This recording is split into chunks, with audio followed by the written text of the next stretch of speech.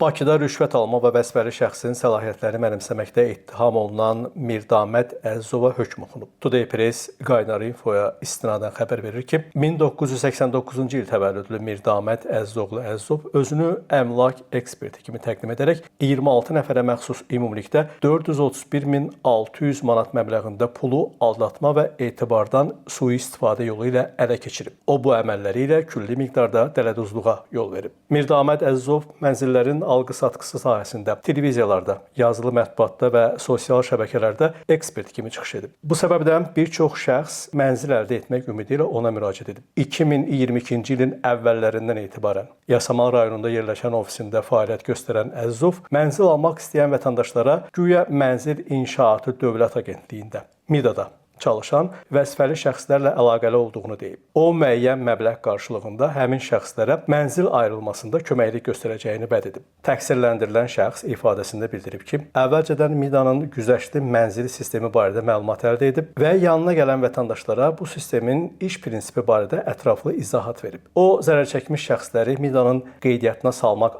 adı ilə onları güya investor adlı proqrama daxil edəcəyini vəd edib. Mirdamət Əzzov bu yolla vətəndaşların etimadını qazanaraq Yeni Yasamal yaşayış kompleksindən mənzil almaq bəhanəsi ilə 26 nəfərdən ümumilikdə 431.600 manat pul toplayıb və bu vəsaiti şəxsi ehtiyaclarına xərcləyib. Məhkəmədə etdiyi əməldən peşman olduğunu bildirib. O, özünə məxsus ofisdə saxta general geyimində vətəndaşları qəbul edərək onlarda inam yaradıb və pullarını alıb. Məhkəmənin qərarı ilə Mirdamət Əzzov Azərbaycan Respublikası Cinayət Məcəlləsinin külli miqdarda ziyan vurmaqla dələduzluq və vəzifəli şəxsin səlahiyyətlərini mənimsəmə maddələri ilə təqsirli bilinərək 8 il müddətinə azadlıqdan məhrum edilib. O, cəzasını ümumi rejimli cəza çəkmə müəssisəsində çəkəcək.